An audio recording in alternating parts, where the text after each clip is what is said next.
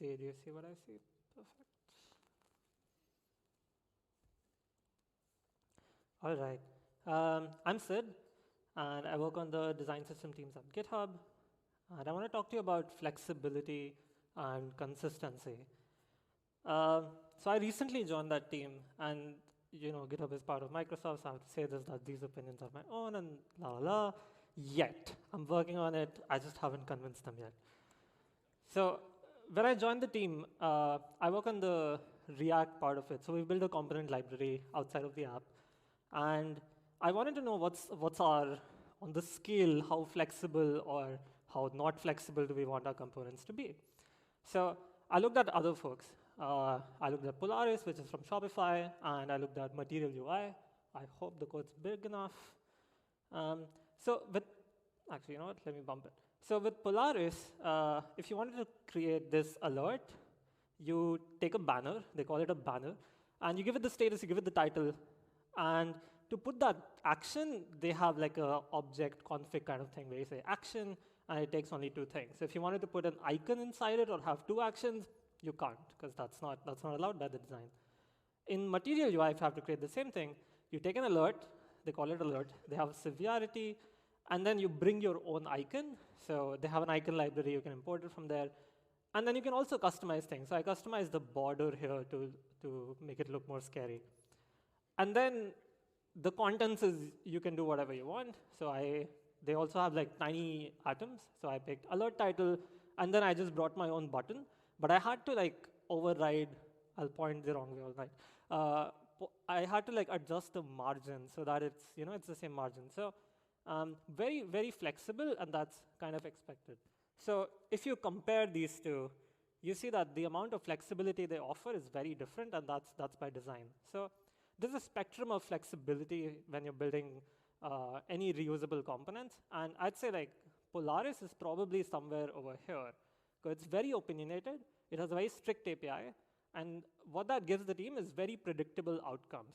But what's bad about it is that it can become restrictive, because if you want to do something like put 2 buttons, well, you can't. You'll either try to hack it, or you need to go back, ask them to bump a version, all of that. Material UI, on the other hand, because it's open source, there is no context. You really don't know in what context will it be used. So it has a very flexible API. It's extremely context dependent. I had to adjust the margin, which means it's very easy to build inconsistent UI, because every time you want to do something, half of the ownership is actually on the application side, not on the library side. So trying to figure out where are we on this, or if you want to figure out for yourself, it depends. So, but what does it depend on? It depends on the context. Is it product specific? Is it open source? It depends on the design culture at the company. So are decisions centralized, or independent teams make their own decisions? How mature is the thing? Are there already established patterns, or are you still experimenting? So for example, in my last job, the other 2 were very product specific, but we were still trying to figure out what our design should look like. So we started with the flexible stuff, because that was faster for us then. So this is the component that I started with. Like perfect looks like a component that appears in GitHub a bunch of times, and seems pretty rigid. So if you look at it, there's like we call it the action list. It has a few items. You hover on it, you can select things. There's usually a graphic on the left side, and sometimes there's a header.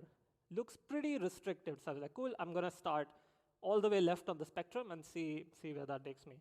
These are all the variations of it. Sometimes it's in the menu, sometimes it's not, but it's always the same thing. There's a list, each list is hoverable, and there's a graphic on the left-hand side. Sometimes there's a description, but still pretty rigid. So this is where I started. I'm like, cool, I'm gonna make an action list, and the developer can give me items and I'll render them. So there's a list of items, but then how do you select something? So I added like an onSelect. But then you gotta do something based on the string value, which feels very icky for some reason. So I'm like, okay, never mind. It's a config, it's an object. It takes text and it takes onSelect. Looks pretty, moving on. And you're like, let's add some dividers so that we can separate, logically separate content. So like, cool. I went with kind of a text thing. So what does the divider look like? And I was like, maybe it looks like, you give it a secret code that you and I know so that we can do it. And I was like, maybe text is not the right thing. Maybe it should be, like a type. Or maybe we can just pull it out. And because React components are JavaScript objects, you can actually just say actionList.divider and then give the secret that we can change, but the application side doesn't have to care. So dodged a bullet, feel okay with this. Moving on. Now on the right side, you see it's the same pattern, but this time inside a menu. We'll just focus on the contents. So here you probably want to loop through something. So I'm looping through repo.labels, and I'm returning the same thing. There's a text, there's an onSelect, and now there's a label color, like we show the tiny circle. I was like, no worries. We understand what label color is. So if you give that config, the action list is smart enough to render a tiny circle. Great. What happens when it's this one? So this is also similar, but there's not a label, there's an avatar this time. So I was like, cool, again, if you give an avatar, we're smart enough. Instead of the circle, we'll render the avatar. Seems easy enough. So what happens when there's like something else, like an icon? Now we're trying to the scope is increasing. You can have a label color, you can have an avatar, or you can have an icon. But it seems like everything's covered. There's like another one here. Projects also uses an icon. Seems like we got it. So felt confident with this, but then somebody wanted to implement a check. You can select one of these, and they wanted to show a check mark next to it. So like, sure. What if I take an avatar and also put an icon next to it, which is checked? Because you can, right? We support an icon and an avatar, so why not? But you end up with this kind of awkwardness, and then you have to hack your way around it, like push things, there should be more margin here, and realize this is not, like, we don't want people to use both of these, we need a different way of adding selection, so let's stop this from happening. So made this into a prefix element, right? It goes on the first, it's an element, so you mention the element, and then you can also mention the props you want. Anytime you see this, where there's an element and it has props, this is a component, right? That's what components are. So maybe we just make it a component, that there's a prefix, and you can render a component. It's like an empty slot, and whatever you put there will be rendered here. So still works, feel good about it, pretty flexible. If you want a label, you'll just put a label here. We call it a leading visual. You can call it whatever you want. This is an annoying detail. So I liked how flexible it is because you can only put one thing and you can render whatever you want. So if you want to render multiple things, you own the responsibility then to shape them in a nice way. Feels good. All right, now what about description? Like you see, we show names here. So I'm like, cool, let's add a description.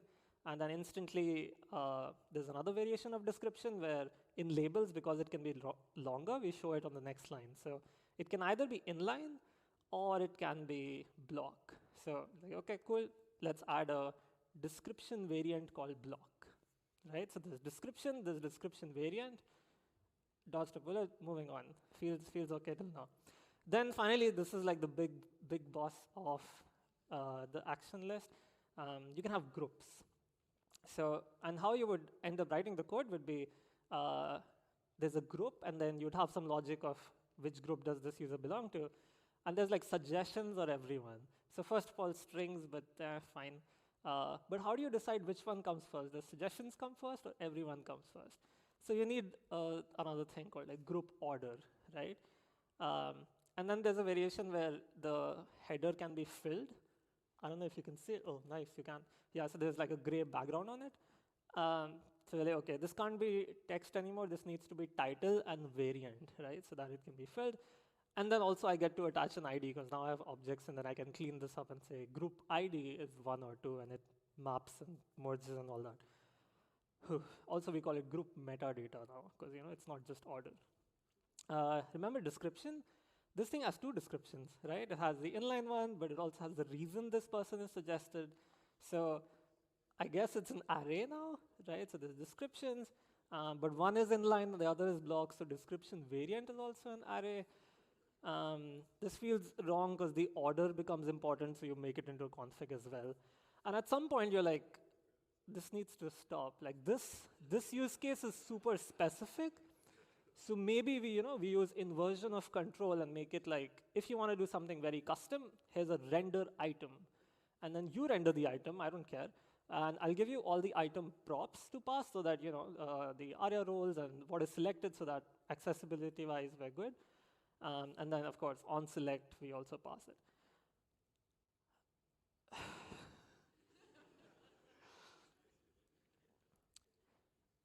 This is real code, by the way. I'm not making it up for effect. Oops, wrong direction. This is actual code. So I'm not a big fan of something like a render item in this context, because what we're basically saying is like there's an escape hatch, right? And the problem with that is that I think this is a symptom. It's not the actual problem. Inversion of control is really useful. But in this case, it's a symptom that we thought we can be very strict, but clearly our use cases are flexible enough that we probably should have been here somewhere. And that's my bad. So we're not as opinionated as I thought we would be. We're probably somewhere here. And the problem with giving a prop like render item is that you kind of have to escape or eject from the component's default pattern to create your own component. And then a bunch of glue code is what like Cole, my coworker, calls it. A bunch of glue code is now your responsibility. Like you have to make sure the accessibility props are the right way. You have to make sure when you click on select, it should be on click, it should be on spacebar, it should be on enter, the keyboard navigation should all work. Like you just bailed out of a lot of good features. And I hope the application folks are implementing those missing features that they opted out for, because otherwise we just screwed up. So what would this look like if we had all of this knowledge up front? And I had the luxury, I joined the team exactly at this point. So I was like, what have you done? Let me fix it. And then like I just went through this nice redesign of it. So first of all, it's an action list still, but instead of having items as a config, it's a component. So similar to before, I just created an item, I attach it to action list, because again, React components are JavaScript. And this instantly kind of cleans up a little bit. This pattern is called the compound component pattern when you attach children. And it makes everything more composable is the word I was missing. It makes everything more composable. So I can have a bunch of items, attach on select on each one of them, and kind of just works. What about my divider? Well, divider is also just a component. I don't have to do any of these awkward things. I can just say, here's a divider. And it's attached to the action list, so when you want to render it, just drop it in the space. It's going to figure out the margins. It's going to do its thing. What about the label circle thing? So this is how we did it in the config. We had leading visual with label color. Not very different, but also, text is such a bad prop. Like, if something goes inside a component, that's just children, right? We don't need to invent a prop for it. React has a prop. It's called children, so just put it inside. And if you have more children, then, well, put them all inside. So this leading visual became action list.leadingVisual, and you can put anything inside. So over here, you put the label color. Similar, not that groundbreaking till now. And if you have collaborators, so this one, well, you just put avatars there. So if you compare these two, you see that the basic structure of the component hasn't changed. It's only the elements inside that has changed, right? So we're filling slots here. And that's kind of the big API that's powering this. So description is funny because we were doing description as description and description variant. Now that we're doing composable stuff, I can just do action list.description. And now I don't really have to think about where does the description variant goes, because it goes on the component. It's a prop. So this is how I do it, right? It doesn't look as awkward because it's exactly next to the place where the component is. So there's a artificial trade-off here where in the config API, it's very easy to type these because you can say description should always be a text. When you're making it children, it feels like you can put anything here and get away with it. But the easy or the interesting part is that you could also type children. So if you're using TypeScript, I could just say children is a string. It doesn't have to be anything you want. It doesn't have to be React elements or an array of elements. It could be string. And if somebody does not want a string, if they want to put something else, well, they'll come to us, create a bug, or they'll just do a type ignore, ts ignore, and then move on with their life. which is fine, but it's actually pretty good for us because we often like go around repos looking for weird patterns. Because if there's a use case for putting multiple things there, then we need to upstream it to the library. So it's pretty cool because we don't block people, but we also get these nice hacks. It's easy to spot hacks and bring them upstream. So it works out for everyone. This is the big logic behind slots. So inside the item, there's an object called slots, and these are all the slots that I know of: leading visual, there's an inline description, block description, and then there's the text, which is everything else. So what we do here is we do crimes, and we loop through all of the children, and what we do is we look at what is the child.type. So this is a fun JavaScript React meeting together thing with JSX, where child.type is actually just the function name. So if it was actionList.leadingVisual, you can catch that. So child.type for leading visual would be just this. So then I can say, well, fill in that slot.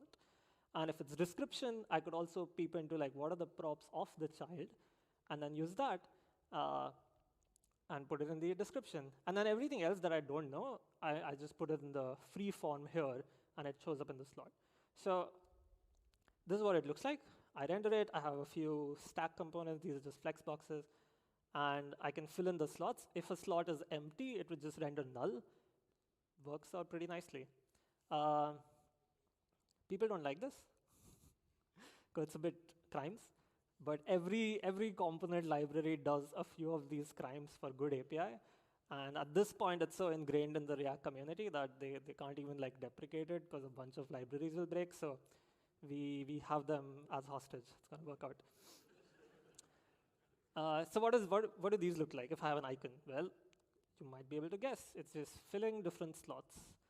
So you can change it. There's a description variant. Slots. There's nothing deeper here. Cool. So this big boy. In the earlier one, we had group metadata because we wanted to have group definitions. Now what we ended up doing was just introduce the concept of groups, because you can have groups. The first one you put will show up first. The second one you put will show up second. There's no need for metadata. There's title, there's variants. It's very easy to put those in the right spot. It's very intuitive where they should go. And then inside them, you just render your action list items. And it's interesting how all of this semantically works out, because in this case, action list would have a role, and then group would have a group role. And these would just be either menu item or menu item checkboxes. So semantically, it makes a lot of sense, because this is what the HTML or this is what the accessibility tree would look like as well. So you kind of author the same way. With a config, you kind of are guessing what the semantic tree would look like, because you're not in control of that. So nothing special until now. Now we come to, I showed an extra. Now we come to this one. There are two descriptions, right? So what do you end up doing? Well, you can just put two descriptions. And one of them is variant inline, so it fills that slot. The other one is variant block. It fills the other slot. What if you put three? I don't know. I guess like one will override the other, because there's only two slots available. But it's pretty intuitive according to me. So till now, we only talked about the list inside. What about this menu in itself? The menu has a trigger. The menu has this overlay that opens up. What about that? So very creatively, a menu that composes action list is called action menu. Somehow we like the word action. That's why I suspect. And inside the action menu, you put a button and you put an overlay. So just carrying forward that composable API thought and adding a button, an overlay, and then you can have anything inside the button as long as you put things that can go inside a button and not a big image. Everything works out. It's semantic. This is an interesting one. So you notice that my overlays are different size. This is a bigger one, but the other one is smaller. And if I wanted to change the width of my menu, in a config one, you'd kind of have to ask the question, where do I put it? Do I put it on the top level? Do I make a new overlay props or overlay metadata? With an API like this, it's very intuitive that to change the size of the overlay, you put it on the overlay. So you go something like width medium, and that should change the width of this. And it's very easy to type these as well. You get autocomplete, la, la, la. And inside the overlay, you put the action list that we just learned how to build. So it's like taking composition to the next level, where we just learned how to create this. and we can put all of that inside, and it will still work. And the roles or the accessibility part of action list is actually controlled by the menu. So if it's in a menu, the menu will pass down these props to the action list. Now, this is a common UI pattern in GitHub where you can also search for folks. And you want to put a text input here. So again, as before, we already have an overlay. Anything we put inside an overlay would appear inside, would be rendered here. So I can actually just drop a text input. I'll use that action list divider. This action menu divider. I probably could have used action list divider also. They're both the same dividers. And then you get this. So the filtering logic, again, I want you to imagine what this would be in a config API, because I don't have enough time to show you that code.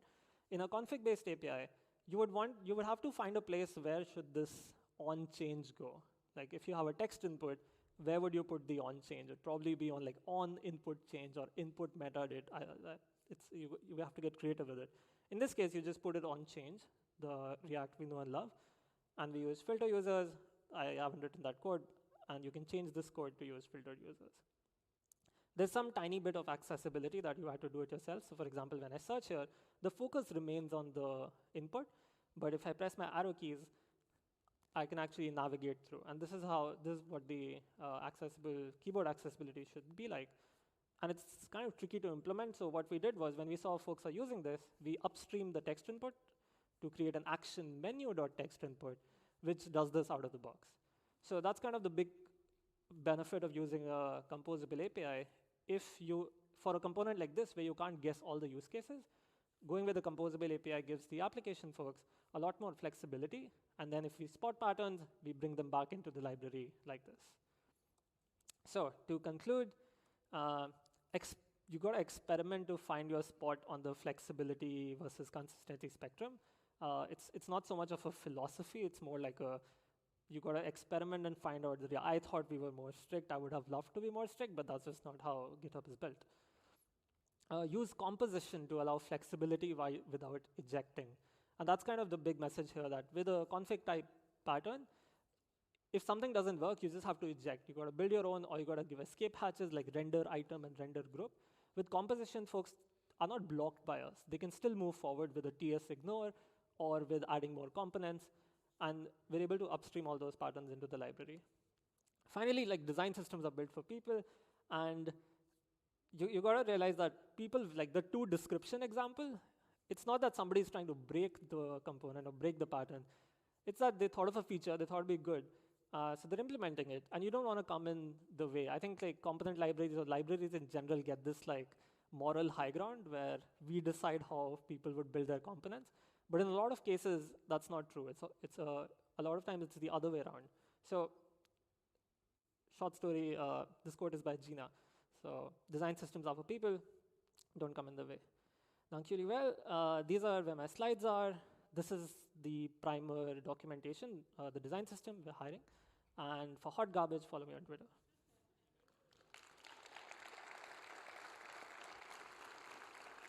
Thank you, Sid.